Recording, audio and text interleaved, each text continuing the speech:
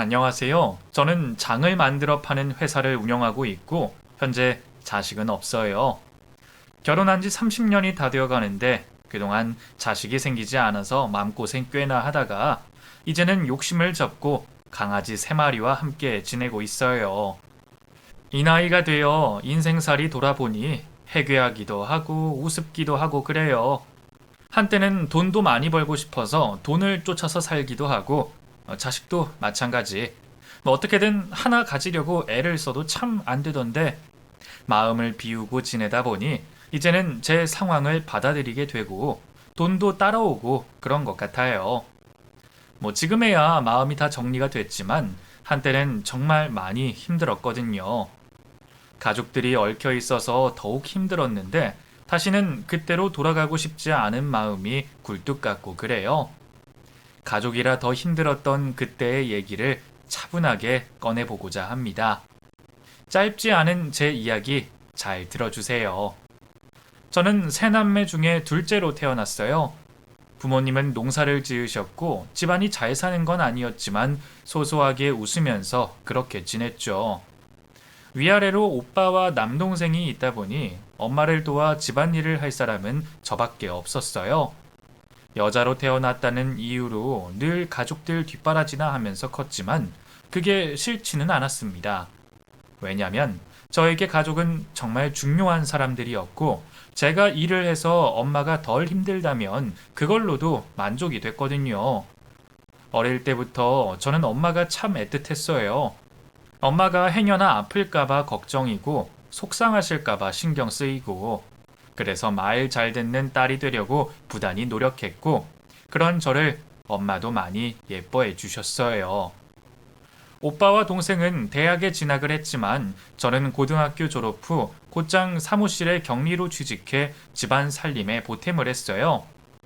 제가 살던 동네에는 여자애들이 대학까지 공부하는 일이 흔하지 않아서 저도 욕심내지는 않았는데 나중에 문득 대학에 가지 않은 게 아쉽기는 하더군요. 그래서 요즘 사이버 대학으로 공부를 하고 있어요. 사회복지과 공부를 하고 있는데 다 늙어 공부하려고 하니 머리가 안 돌아가서 애먹고 있죠. 옛말에 다 때가 있다고 하는데 그 말이 맞는 것 같아요. 때를 놓치면 하려고 할 때 힘이 많이 들어가니까요. 하지만 재밌어요. 그래서 시간이 걸려도 천천히 꼭 학사 졸업장을 따고 싶어요. 뭐 요즘은 공부해야 살아남는다고 하잖아요. 잘 되지 않아도 꾸준히 하면 뭔가 되어 있겠죠. 대학 진학을 포기하고 가게 된 직장에서 격리로 6년을 일했어요. 식료품 유통회사였는데 사장님과 직원들이 참 좋았죠. 힘쓰는 일을 하는 사람들이지만 다들 좋은 사람들이었고요. 그곳에서 지금의 남편을 만났어요. 남편은 사장님을 따라다니며 영업을 담당하고 있었는데 성격이 너무 온순해서 영업이라는 일과 정말 맞지 않은 사람이었어요.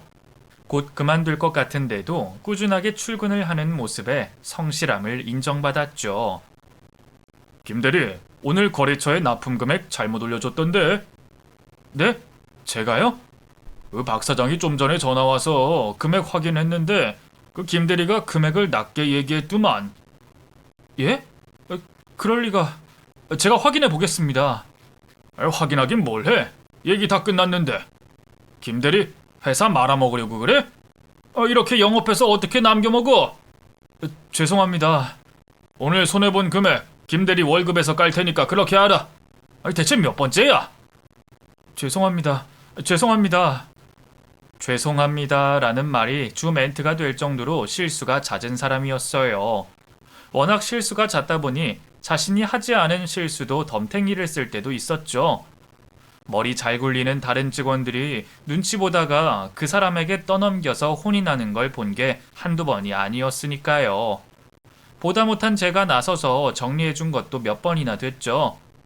이래도 허허 저래도 허허 하는 모습에 보는 제가 다 답답해질 지경이었어요. 김대리님, 왜 남이 잘못한 것도 다 덤탱이 써요? 괜히 사장님한테 찍히기만 하고. 그 사람도 그러고 싶어서 그랬겠어요. 뭐 어쩌다 보니 그랬겠죠. 아닐걸요? 김 대리님이 만만해 보여서 그러는 거지. 아, 그런가요? 웃음이 나요? 하여간 속이 없는 건지. 아휴. 웃으면 복이 온다잖아요. 웃고 지내요. 어디 나사가 하나 빠진 게 아닌가 싶을 정도로 실없는 사람이었어요. 저였다면 절대로 웃고 넘어갈 수 없는 일도 그렇게 허허거리며 넘어가니 나중에 결혼해서 처자식 굶기지나 않을까 걱정까지 될 정도였고요. 절대로 이런 사람이랑 결혼 안 해야지 생각했는데 사람 일이 웃긴 게 3년 뒤에 그 사람과 제가 결혼을 하게 됩니다. 세상 일 참 우습죠. 처음에는 단순히 안쓰러워서 도와주려는 마음이었어요. 또 다른 사람 일을 뒤집어 쓰지나 않을까 싶은 마음에 챙겨주게 됐고 그러다 보니 같이 밥도 먹고 쉬는 날 만나기도 하고 개인적인 볼일을 볼 때도 도와주기도 하고요. 그렇게 회사 안팎으로 만나게 되면서 저희는 없던 감정이 생겼고 사람을 알고 보니 속이 깊은 사람이었어요. 다정하고 매너도 좋고요. 무식한 남자들 틈에서 일하면서 교양 있는 그 사람의 모습에 저는 서서히 마음을 열게 됐죠. 그 사람 역시 자기 얘기에 귀 기울여주는 제가 좋았대요. 결국엔 서로의 마음을 확인하고 연인이 됐죠. 사귄 지 2년 정도 됐을 때 프로포즈를 받았어요. 연애를 많이 해본 건 아니었지만 이 사람이면 되겠다 싶었고 그래서 저도 결혼하자고 했어요. 결혼을 하기로 하고 그 사람의 어머님께 처음 인사를 갔던 날 저는 진짜 많이 놀라는 광경을 보게 됐죠. 집으로 오라는 어머님의 말씀에 그 사람과 집에 갔는데 TV에서나 보는 그런 대궐로 들어가는 거예요. 아니, 어디로 들어가는 거야?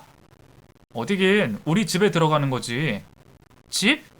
여기가 집이라고? 그래, 여기 우리 집이야. 어서 들어가자. 어머니 기다리시겠다. 믿을 수가 없었어요.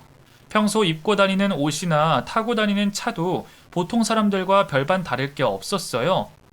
눈에 띄는 모습이 아니었기에 그 사람의 집안도 저희 집과 비슷할 거라고 생각했는데 제 예상이 완전히 빗나가 버렸어요. 당황스런 마음에 한껏 얼어서 집 안으로 들어갔고 어머님을 마주했을 때는 뿜어져 나오는 기세에 완전히 굳어서 말도 제대로 못하고 있다가 나왔죠.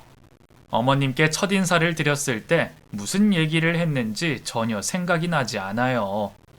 점심때라 음식이 항상 차려져 있었는데도 제대로 먹지도 마시지도 못하다가 그 집을 나왔던 기억만 나네요. 어머님은 사전에 저에 대해 들으신 게 있는지 많이 묻지도 않으셨고 그저 저를 찬찬히 쳐다만 보셨어요. 그리고 마지막에 앞으로 잘 부탁한다는 말씀만 하시고는 그게 끝이었고요. 끝나지 않을 것 같은 시간이 끝이 나고 그 집을 벗어났을 때야 드디어 정신을 차렸고 머리가 정상적으로 작동을 하자 저는 화가 났습니다. 왜 나한테 비밀로 한 거야? 이렇게 대단한 집안의 아들이면서. 대단하긴 뭐가 대단해. 이거 내 거 아니야. 엄마가 회사를 운영하시는 건 맞지만 형이 다 물려받을 거고 나랑은 상관이 없어. 그래도 나한테 미리 얘기해 줄 수 있는 거잖아. 나 지금 배신감마저 들어. 미안해. 나는 별거 아니라고 생각했어. 어차피 내 거도 아니고. 모르겠어. 우리 만나는 거 다시 생각해봐. 뭐라고? 왜? 이건 아니야. 이건 아니라고. 너무나 차이나는 두 집안이었고 그래서 저는 결혼하겠다는 마음이 바뀌어버렸어요. 어릴 때부터 듣고 온 송충이는 솔잎을 먹고 살아야 한다는 말이 머리에 떠오르면서 이 집안은 내가 감당할 수 없는 곳이라는 생각만 자꾸 들었죠. 그 사람을 사랑하지만 그 마음과 결혼은 별개라는 생각만 자꾸 들었고요. 이런 제 생각을 알게 된 그 사람은 행여나 제가 헤어지자고 할까봐 안달이 났어요. 퇴근 후 그 사람과 마주치지 않기 위해 곧장 집으로 가는 저와 만나려고 매일 집 앞에서 기다렸고 늦은 시간까지 추운 날씨에도 불구하고 기다림은 계속됐죠.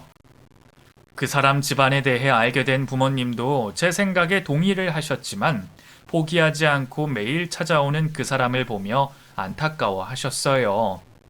저 또한 마음이 아팠지만 그렇다고 그 집안에 선뜻 들어가는 것도 내키지 않았어요. 그렇게 시간이 흐르다가 어느 날부턴가 그 사람이 회사에 나오지도 않고 저희 집 앞에 찾아오지도 않았어요. 나오지 않는 첫날 사장님께 물어보니 퇴사를 한 건 아닌데 이틀 3일이 지나도 나오지를 않는 거죠. 저희 집에도 오지 않으니 이제 포기했구나 싶은 생각이 들었어요.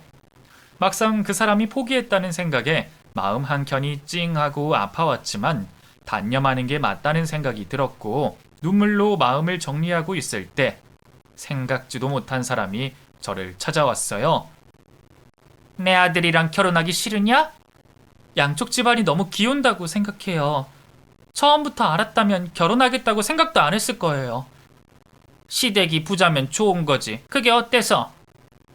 제 우기인지 모르겠지만 맞지 않은 집안끼리 연이 닿아서 불행해지는 것보다 이게 낫다는 생각이 들어서요. 죄송합니다. 우리 애가 아프다. 네가 헤어지자고 했다고 지금 몸져 누웠어. 우리 집도 처음부터 이렇게 잘 살게 된 건 아니야. 나 역시 어렵게 살아온 시절이 있었고 너 좋다고 먹지도 않고 누워있는 아들 모습 나는 보고 싶지 않다. 그러니 결혼해다오. 하지만 저는 우리 집도 사람 사는 집이야. 삼시세끼 먹는 거 똑같고 미리 겁먹을 거 없다.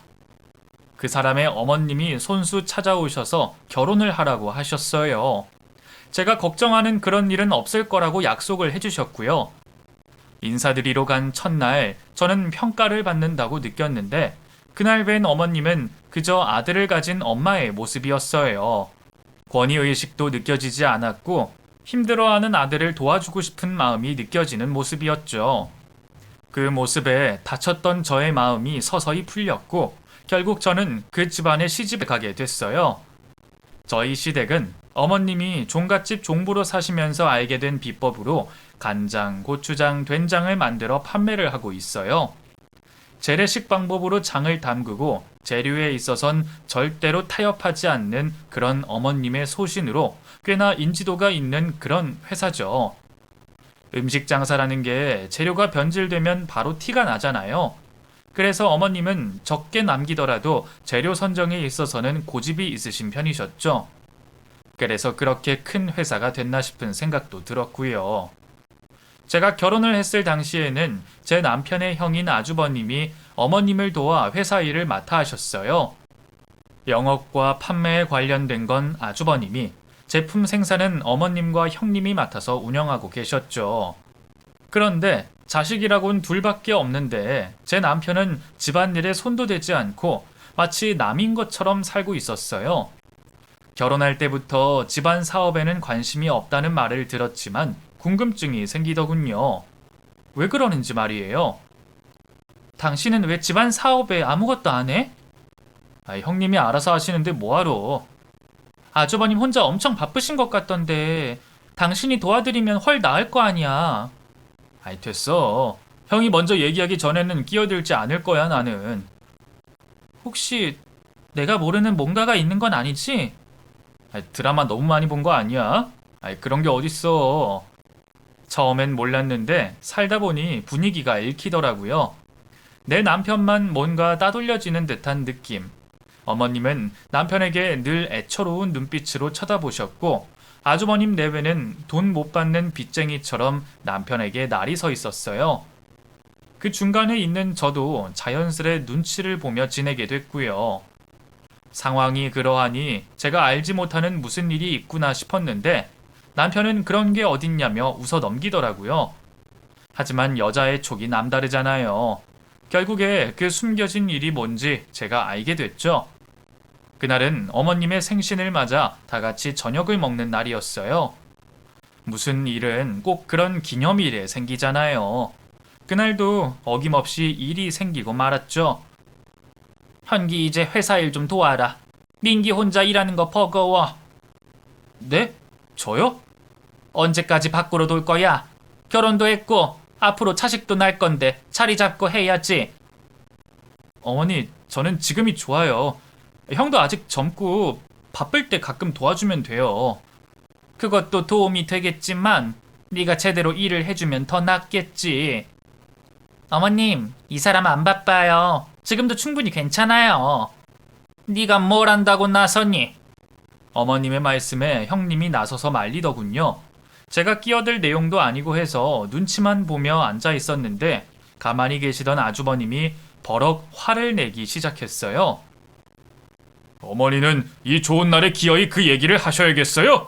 아, 형, 너 그게 무슨 말이냐? 현기 집안일 하기 싫다잖아요. 그런데 왜 자꾸 집어넣으시려고 하는데요?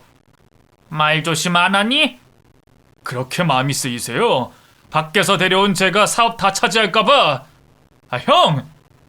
넌 조용히 해! 아직도 저를 쫓아내고 싶어서 안달이신 거죠? 어머니가 낳은 아들이 눈에 밟히는 거 알겠는데 나도 내 밥그릇 안 뺏겨요.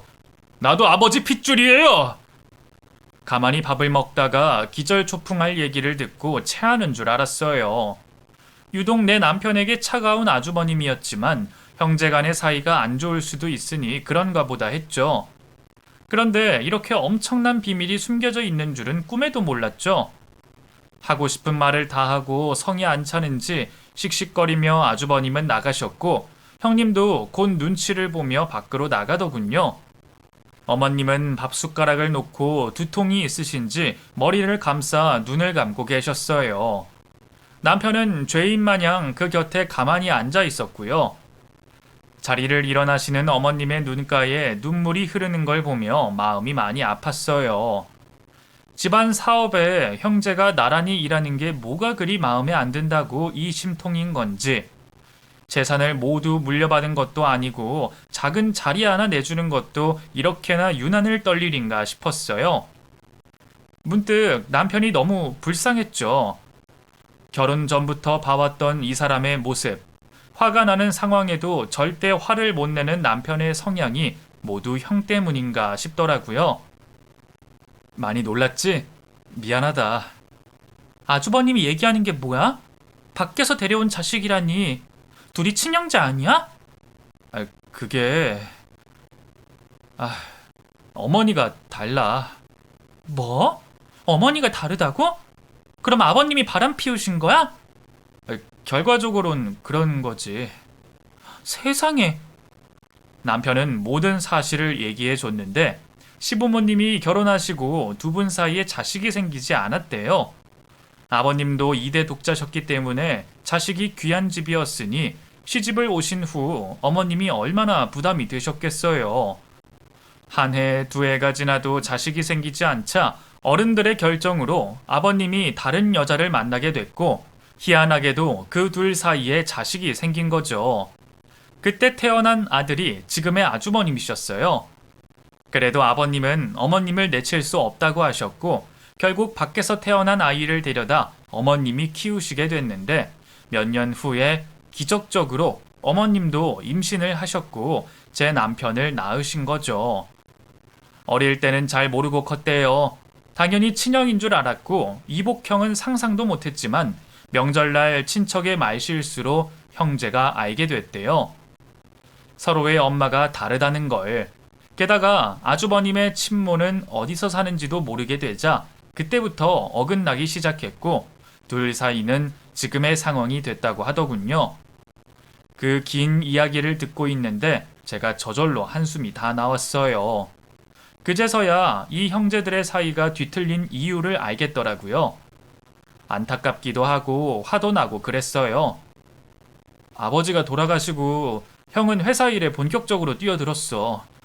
내가 설 자리를 만들지 않겠다고 온 신경을 세워서 일했고 형수랑 결혼한 것도 회사에 도움이 되는 집안이랑 중매로 한 거야. 뭐? 정말이야? 애정 없이 결혼한 거라는 거야? 응. 형수 처가가 큰 유통회사 하거든. 거기에 우리 제품들 대량 납품하고 있고. 그랬구나. 그래서 우리가 결혼할 때 형수가 안 입고 와 했던 거야. 자기랑 입장이 다른 당신이 시집을 왔으니까. 그제야 모두 이해가 됐어요. 결혼 후 형님이 유독 저를 싫어했고 싫어하는 티를 숨기지 않았던 것.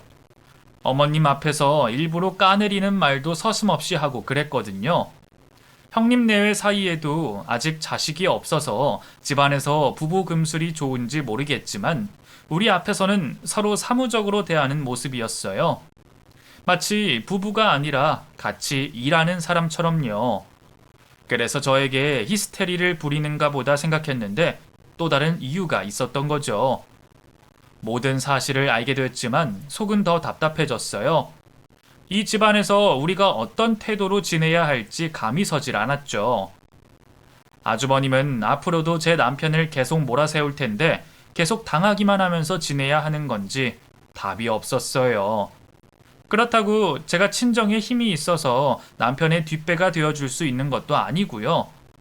그저 결혼해서 행복하게 사는 것만 전부라고 여겼는데 막상 결혼 생활은 그리 단순하지가 않았죠.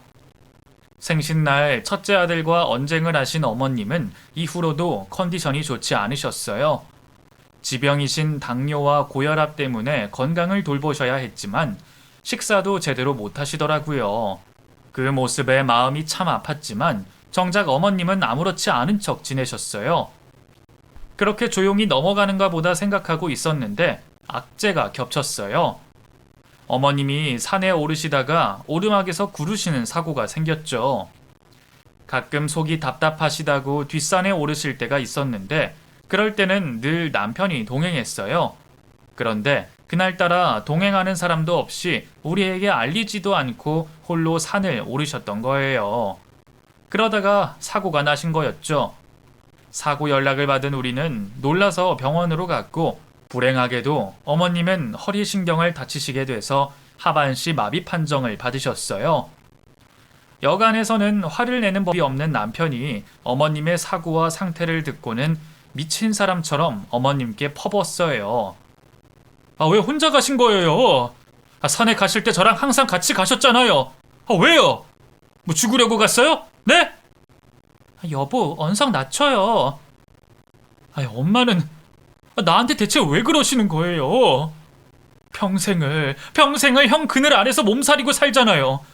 우리 가족 깨지지 않게 하려고 내가 이렇게 노력하는데 엄마는 왜 그러시냐고요? 미안하다. 미안해. 여보, 힘드신 건 어머님이야. 당신이 왜 이래? 나도 내 엄마한테 사랑받고 살고 싶어요. 하고 싶은 말도 하고 어리광도 부리면서 내 엄마한테 그러고 싶다고. 그런데 못하고 살잖아. 이렇게라도 내가 살잖아요. 그럼 엄마도 나 보고 살아야지. 나 두고 먼저 가면 어쩌려고 그러시냐고요? 현기야, 미안하다. 엄마가 못나서 미안해. 병원 침대에 꼼짝없이 누워 계신 어머님을 붙들고 남편이 통곡을 했어요. 어머님도 남편에게 매달려 눈물을 쏟으셨고요. 두 사람의 눈물에 저도 눈물을 흘리며 그 둘을 감싸 안았어요. 마음이 정말 많이 아팠습니다. 고통받는 두 사람을 보며 한 번도 뵌 적 없는 시아버님이 너무나 원망스러웠어요. 차라리 아버님이 살아계셨다면 이렇게까지 상황이 악화되진 않았을 텐데 싶어서 너무나 안타깝기만 했죠. 하반신 마비. 병명은 깔끔해 보이지만 실상은 너무나 고통스러운 장애였어요. 모든 생활을 누워서 해야 하고 대소변조차 혼자서 처리할 수 없는 그런 상태가 됐으니 당사자는 얼마나 힘이 들까요? 아니, 힘들다는 말로 다 표현할 수가 없는 그런 상태셨어요. 그나마 어머님은 정신력이 있으셔서 제 앞에서 차분하려고 노력하셨지만 기저귀를 갈 때만큼은 감정을 조절하실 수가 없으셨어요. 그래서 몇 번이나 용변을 참으셔서 관장을 해야 하고 그랬죠. 회사 일은 아주버님 내외가 맡아서 하면서 자연스레 저희 부부가 어머님을 돌보게 됐고 어머님의 마음이 편안해지게 하려고 정말 노력을 많이 했어요. 도시 생활은 어려워 전원주택으로 집을 옮기고 볕이 좋은 날에는 침대를 마당으로 옮겨서 일광욕도 하시게 하고 산책 삼아 기분 전환할 수 있도록 해드렸어요. 마당에는 순한 강아지를 한 마리 데려다 키우며 집이 적막하지 않게 하려고 했고 손으로 할 수 있는 취미 생활도 하실 수 있도록 신경을 썼죠. 우리 부부가 그렇게 애를 쓰고 있는데도 가끔씩 들리는 형님이 다녀가면 그날은 어머님이 많이 힘들어 하셨어요. 동서, 어머님 방에 냄새 나는 것 같은데 환기 좀 제대로 해. 똥냄새 같은데. 아니에요. 오늘 형님 오신다고 해서 오전에 목욕도 하셨는데요. 아픈 사람은 냄새도 고약해. 동선은 계속 있어서 모르는 것 같지만 여튼 방에 방향제라도 두던지 술을 내야겠어. 이러면 나 진짜 오기 싫다. 제가 더 신경 쓸게요. 근데 형님, 말씀 좀 삼가해 주세요. 행여 어머님 들으시면 속상하시잖아요. 와, 동서, 지금 관리하는 거야? 동서가 지금 어머님 모신다고 유산 더 받을까봐? 무슨 말씀을 그렇게 하세요? 내 눈엔 다 보여. 동서가 수 쓰는 거. 형님, 아무리 여기서 늙은이 뒤치다꺼리 해도 우리 몫을 포기하는 일은 없을 거니까 그렇게 알아. 나 갈게. 이러실 거면 여기 오지 마세요. 손윗 사람한테 말 조심해. 하여간 교양이 없어. 힘들어하는 사람은 어머님뿐만이 아니었어요. 사람 허파를 뒤집는 말을 어쩜 그리 골라서 잘하는지 저도 형님이 오고 가면 어김없이 두통이 오고 그랬어요. 일부러 제 속을 긁으려고 하는 것 같아서 신경 쓰지 않으려고 해도 저도 사람이잖아요. 감정이 있는데 모른 척하기가 정말 힘들었어요. 차라리 오지를 말지 싶었는데 어머님이 회사를 모두 아주버님께 넘기고부터는 소원대로 발걸음을 뚝 끊어버리더군요. 그 둘이 하는 행실을 보며 참 사람도 아니다 싶더군요. 결국엔 자기들 원하는 대로 회사를 몽땅 가졌으니 북치고 장구치고 좋아할 모습이 눈에 선했어요. 회사 네 형한테 넘어가서 안 서운해? 그런 거 없어요, 엄마. 회사 키울 때 내가 한 것도 없는데 뭐. 그래도 네 몫이라는 게 있는데. 나 지금 마음이 너무 편해요. 엄마랑 이렇게 같이 지내는 거 내 소원이었어. 몰랐죠? 늘 같이 있었는데 뭐가 소원이야. 늘 형도 같이 있었잖아요. 엄마한테 제대로 안기지도 못하고 살았는데. 그래. 불쌍한 내 새끼. 우리 평생 이렇게 살아요. 그러니까 엄마 오래오래 살아주세요. 아셨죠? 그래. 오래오래 같이 살자. 오래오래. 가진 걸 모두 내려놓은 어머님은 어느 때보다 행복해 보이셨어요. 이제는 머리가 희끗해진 나이에 겨우 어리광 부릴 수 있게 돼서 애처럼 환하게 웃는 남편의 모습을 보며 저도 기쁨의 눈물을 흘렸고요. 우리 사이에 자식이 태어나면 더 바랄 게 없을 텐데 싶었지만 하늘이 주지 않는 자식을 어찌할 수도 없고 입양도 생각하지 않은 건 아니었으나 아주버님께 받은 상처가 커서 그렇게 하기가 쉽지 않았어요. 그저 강아지들 키우며 아픈 어머님 돌보며 큰 거 안 바라고 이렇게 살아가자. 남편과 그렇게 얘기를 나눴죠. 이제는 앞으로 행복할 일만 남았다. 그렇게 여기며 지내고 있을 때 불행은 야박하게도 바로 뒤따라왔어요. 어머님이 8년의 투병 끝에 돌아가시고 말았어요. 아침이 돼서 어머님 방에 커튼을 치워드리며 깨우는데 미동도 않는 어머님. 느낌이 이상해 다가가니 이미 싸늘하게 식어 계셨고 얼굴은 잠을 자는 것처럼 평온한 상태셨어요. 저는 차게 식은 어머님의 손을 잡고 남편을 급히 불렀죠. 엄마, 일어나 보세요. 엄마! 돌아가셨어, 여보. 엄마. 이렇게 가시면 어떡해요? 나랑 행복하게 살기로 했잖아. 엄마, 일어나요. 눈 떠요. 어머님. 한참을 저희 부부는 어머님의 손을 잡고 울었습니다.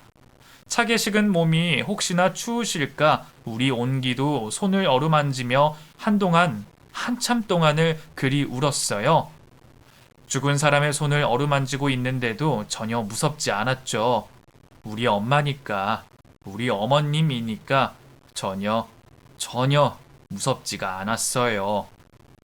진정이 된 후에 아주버님께 연락을 드렸고 곧 어머님의 장례가 치러졌어요. 주로 회사와 관련된 사람들이 조문을 왔고 대부분 아주버님 내외의 손님이었어요. 어머님 병간호로 뚜렷한 직장이 없던 남편의 손님과 확연하게 차이가 났죠. 지인들은 둘째 아들이 변변치 못하다는 말을 하며 두 형제를 보고 수군거렸고 무슨 말을 하는지 다 알고 있었지만 남편은 어머님의 장래에만 신경을 썼어요. 5일장을 치르며 어머님 가시는 길 편안하시길 빌어드렸죠. 남들은 8년을 어떻게 수발들고 간병했냐고 하지만 저에게 지난 8년은 그다지 길게 느껴지지도 않고 순간인 것처럼 느껴졌어요. 그만큼 우리 셋은 그 집에서 행복하게 지냈던 것 같아요. 수목장으로 어머님을 모시고 본가에 오랜만에 모였어요. 어머님의 남은 유산을 정리하기 위해서요. 어머님 유언장을 살펴보니 동서에게 남기신 건 이 장독 하나가 다인 것 같네. 네? 장독이요? 그래. 어머님이 시간장 한다고 애지중지하시던 장독이야. 맘 같아선 시간장 하나라도 내가 더 챙기고 싶은데 어머님이 손수 남기신 거니 이거는 동서 갖도록 해. 이것밖에 없어요? 응, 없어. 그 많은 재산 중에 남기신 게 장독 하나, 귀한 시간장이 들어있으니 그마저도 값을 매길 수 없는 것이긴 하나 조금은 서운한 마음이 들었어요. 어머님과 살던 집은 남편의 명의로 해주셔서 그곳에서 지내면 되지만 앞으로 먹고 살려면 일을 해야 하는 상황이라 다른 게 더 없나 확인을 했죠. 그랬더니 형님은 어머님의 예치금 3억을 챙겼더군요. 형님, 어머님 예금은 저희 주셔도 되잖아요. 어머, 나는 어머님 하라는 대로 한 거야. 은행 예금은 내 몫이라고. 회사도 산도 전부 아주버님이 가져갔잖아요. 그 많은 재산 다 챙겼으면서 예금까지 욕심내요? 이 사람 말하는 것 보게 내가 욕심내는 게 아니라 어머님 유언장에 남기신 대로 한 거라고. 동서 이렇게 몰상식한 사람이었어? 여보, 그만해. 이제 가자. 이런 게 어딨어? 당신은 억울하지도 않아? 왜 우리가 이런 취급받아야 하냐고? 내가 뭐 훔쳤어? 억울하긴 뭐가 억울해? 나가! 우리 집에서 나가! 아주버님과 형님, 아니 그 인간들은 우리를 쫓아냈어요. 법대로 하라며 큰소리 치면서요. 반쪽이지만 그래도 자기 동생인데 어쩜 이럴 수가 있나 한탄스러웠죠.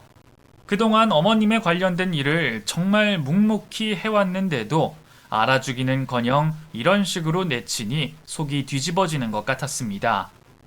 남편은 기대도 안 했다는 듯이 담담한 모습이었어요. 이대로 못 넘어가. 법대로 하자 여보. 요즘은 보장되는 상속분이 있대. 그렇게라도 하자, 응? 엄마가 집 남겨주셨잖아. 그 집도 싼 거 아니야. 지금까지 일 안 하고 편하게 먹고 살았으니까 이제 일하면 되지. 아, 진짜 이럴 거야? 형이랑 더 이상 얼굴 마주하고 싶지 않아. 변호사 사면 또 대면해야 할 거고. 나 야망 없는 놈인 거 알잖아. 그냥 우리 둘이 편하게 살면 돼. 여보. 미안해. 남편의 말에 정말 속이 많이 상했어요. 내 밥그릇도 제대로 못 챙기는 남편이 한심스럽기까지 했죠. 얼마나 밉던지 밥도 주기 싫더라고요. 하지만 그러는 것도 얼마 가지 못했어요. 저도 사람 미워하는 거 잘 못하는 사람이라 어느 순간 단념하게 됐고 앞으로 우리 둘이 살 길이나 찾자 싶었죠. 배운 게 도둑질이라고 뭘 해야 하나 고민하다가 남편이 우리 회사를 세워보자고 했어요. 어릴 때부터 장 담그는 엄마를 도와 직접 장을 다 담았다면서 할 줄 아는 게 이거니 이걸로 밥 벌어 먹자고 하더라고요. 잘 될까 하는 걱정이 됐지만 어머님이 시간장을 남겨주셨으니 아마 이런 뜻이 있지 않았을까 싶어 그리하기로 했어요. 저희는 정성껏 된장, 고추장, 간장을 만들었어요. 어머님이 주신 전원주택을 팔아서 그 돈을 미천 삼아 대지를 사고 그곳에 장독을 줄지어 세워 하나씩 채워나갔죠. 어머님이 남겨주신 그 장독에 든 시간장을 베이스로 장을 만들자 희한하게 생전에 어머님이 만드신 그 맛이 나는 겁니다. 어머님께 배웠다는 말이 사실이었는지 똑같아도 너무 똑같았어요. 당신 진짜 잘하네? 이런 거 할 줄 아는지 몰랐어. 7살 때부터 엄마 도와서 장 담궜어. 20년을 했는데 몸이 기억하지. 근데 왜 나랑 결혼하고는 안 했던 거야? 형수가 싫어했어. 내가 비법을 아는 게 싫었나 봐. 하여간 남 잘 되는 꼴을 못 보는 인간들. 어찌 그런 사람이 집안에 들어왔나 몰라? 형이랑 같은 족속이지 뭐. 누굴 탓해. 남편도 서운하긴 했던지 생전 안 하는 자기 형 욕을 하더라고요. 그걸 보면서 이 사람도 속상하긴 했구나 싶었어요. 남편도 사람인데 어찌 마음이 편하기만 하겠어요. 하지만 이미 지나간 일은 지나갔고 앞으로 잘 되면 되지. 그렇게 맘먹고 열심히 장을 담궜어요. 그리고 회사 이름도 만들고 포장지도 고르면서 정성을 쏟으며 일을 했죠. 드디어 장들이 판매가 시작되고 남편은 홍보를 위해 직접 발로 뛰었어요. 인터넷으로도 주문을 받고 블로그 체험단도 운영하면서 홍보에 힘을 쏟았죠. 하지만 생각보다 잘 되진 않았어요. 시간이 갈수록 판매는 늘었지만 미미한 수준이고 우리 둘 생활비도 안 나오는 날이 허다했죠. 맛은 분명히 좋았는데 가격에서 경쟁력이 되지 않았어요. 당연히 이미 자리 잡은 아주버님네 회사와는 상대도 되지 않았고요. 창고에 쌓여가는 장들을 보며 너무 속이 상했어요. 기대를 걸고 열심히 뛰었던 남편도 점점 지쳐갔고요. 이대로 가면 폐업 신고하는 날이 얼마 안 남아 보였죠. 집을 판 돈으로 시설을 한 것도 모자라 은행 대출도 한 상황인데 앞으로 어찌해야 할지 캄캄하기만 했어요. 설상가상으로 우리 된장과 고추장을 산 사람이 곰팡이가 피었다며 유통이 불량하다는 글을 인터넷에 올려 문의 전화가 쇄도하고 반품이 밀어닥치기 시작했어요. 이런 일은 경험해 본 적이 없기 때문에 어찌해야 할지 모르고 우왕좌왕하기만 했죠. 매일매일 울지 않는 날이 없었고 밥도 제대로 먹을 수가 없었고요. 장사라는 게 이런 건가 속만 타들어갔죠. 클레임 건을 모두 처리하고 판매를 중지할 수밖에 없었습니다. 남편이 힘들게 만든 된장, 고추장, 간장들이 모두 폐기가 됐어요. 더 이상 어떤 희망도 없이 저희 부부는 절망에 빠졌고 힘들어했습니다. 어떻게 앞으로 헤쳐나가야 할지 도통 모르겠더라고요. 그렇게 만신창이가 돼서 허덕이다가 겨우 정신이 들었어요. 이렇게 무너지면 안 되지 싶어 몸이라도 움직여야겠더라고요. 장독들이 즐비한 마당에 나가서 하나하나 물걸레질을 시작했어요. 겨울 찬바람에 손을 호호 불어가며 장독들을 닦고 있자 어느새 남편도 나와서 일손을 거들고 있더군요. 우리는 서로 아무 말 없이 장독을 닦는 일에 집중했어요. 그 많은 장독들을 다 정리하고 어머님이 남겨주신 장독 앞에 섰어요. 어머님 생각이 물씬 났고 눈물이 흘렀죠. 어머님, 우리 이제 어떻게 살아갈까요? 우리 이제 어쩌면 돼요? 대답 좀 해주세요. 네? 그런다고 엄마가 말을 하나 이 사람아. 답답해서 그래, 답답해서. 답답할 게 뭐가 있어. 다시 시작하면 되지. 미천은 있어? 아무것도 없는데 뭘로 시작해? 엄마가 주신 시간장 아직 있잖아. 이걸로 다시 시작하자. 남편은 어머님의 장독을 소중하게 닦으면서 다시 하면 된다고 했어요. 주문을 외우듯이 하면 된다며 중얼거리며 반복해서 간장독을 닦는데 갑자기 장독에 금이 가면서 깨져버렸어요. 퍽! 어머나 어떡해! 이 아까운 걸! 남편과 저는 바닥에 쏟아지는 간장을 손으로 주워 담으려고 했지만 손가락 사이로 다 빠져나가고 손엔 남은 게 없었어요. 그 두꺼운 장독이 충격도 없이 왜 깨졌는지 마음 추스리고 다시 일어서려고 하는데 이것마저 도와주지 않는다는 생각에 울음이 터졌어요. 어머님이 너무 원망스러웠어요. 시간장 달랑 하나 남기시고 가버리셨으면서 장독마저 깨지게 하시고 해도 너무한다 싶은 생각만 들었죠. 그래서 울고 불며 땅을 치는데 깨진 장독 사이에 뭔가 반짝하는 게 보이더군요. 울다 말고 이상해서 살펴봤더니 웬 비닐봉지였어요. 이게 뭐야? 여보, 장독 속에 이게 나왔는데? 뭐야 이게? 뭔 열쇠 같은데? 남편은 꽁꽁 싸진 비닐을 벗겼고 곧 열쇠가 드러났어요. 열쇠 중앙에는 생전에 어머님이 자주 이용하시던 은행 마크가 있었고요. 둘 다 어리둥절했지만 어머님이 남기신 게 이것이구나 싶은 생각이 들었고 열쇠와 함께 들어있던 쪽지를 살펴봤어요. 장독을 들고 은행을 찾아갈 것. 어머님의 필체로 쓰여진 메모였어요. 장독을 들고 은행을 가라니 아무리 봐도 엉뚱한 메모였지만 우리는 깨진 장독 조각을 챙겨서 은행을 찾았어요. 우리에게 남기신 게 뭘까 싶어서 너무 궁금했어요. 어머님의 유산은 이미 돌아가신 뒤 모두 정리한 상태였어요. 이 은행에 맡긴 예금 3억도 형님이 다 가져가 버렸고요. 돈은 아닌 것 같은데 뭔가 싶어 가봤습니다. 은행에 도착해 열쇠를 보이니 은행 직원이 VIP실로 안내를 해줬어요. 잠시 뒤 은행장이 쫓아 들어오며 저희를 반겨줬습니다. 아이고 어서 오십시오. 저는 이곳 은행을 책임지고 있는 은행장입니다. 네, 안녕하세요. 저희 어머니가 맡기신 열쇠를 찾아서 들고 왔습니다. 아우, 네네, 알고 있습니다. 그 어르신이 살아생전에 저희 은행에 물건을 맡기셨어요. 꼭 장독을 들고 오는 자식에게 문을 열어주라고 하셨는데 정말로 장독을 들고 오셨네요. 아, 네. 저희도 장난인가 싶었는데 어머니 필체가 맞는 것 같아서. 네네, 제가 보관실로 안내하겠습니다. 이쪽입니다. 우리는 곧 룸으로 이동했고 열쇠가 맞는 번호 앞에 섰어요. 은행장은 물건을 확인해보라며 자리를 비켜줬고 제법 큰 보관함을 조심스레 열었어요. 남편과 은행을 찾기 전 어머님이 남기신 물건이 뭘까 얘기를 나눴어요. 돈이 될 만한 거 이미 형님네가 싹쓸이를 했을 테니 그건 아닐 것 같고 어머님 폐물 정도 생각을 했죠. 추억을 남기고 싶은 물건을 맡기셨으리라 생각했는데 막상 보관함을 확인하고 저희는 놀라지 않을 수가 없었어요.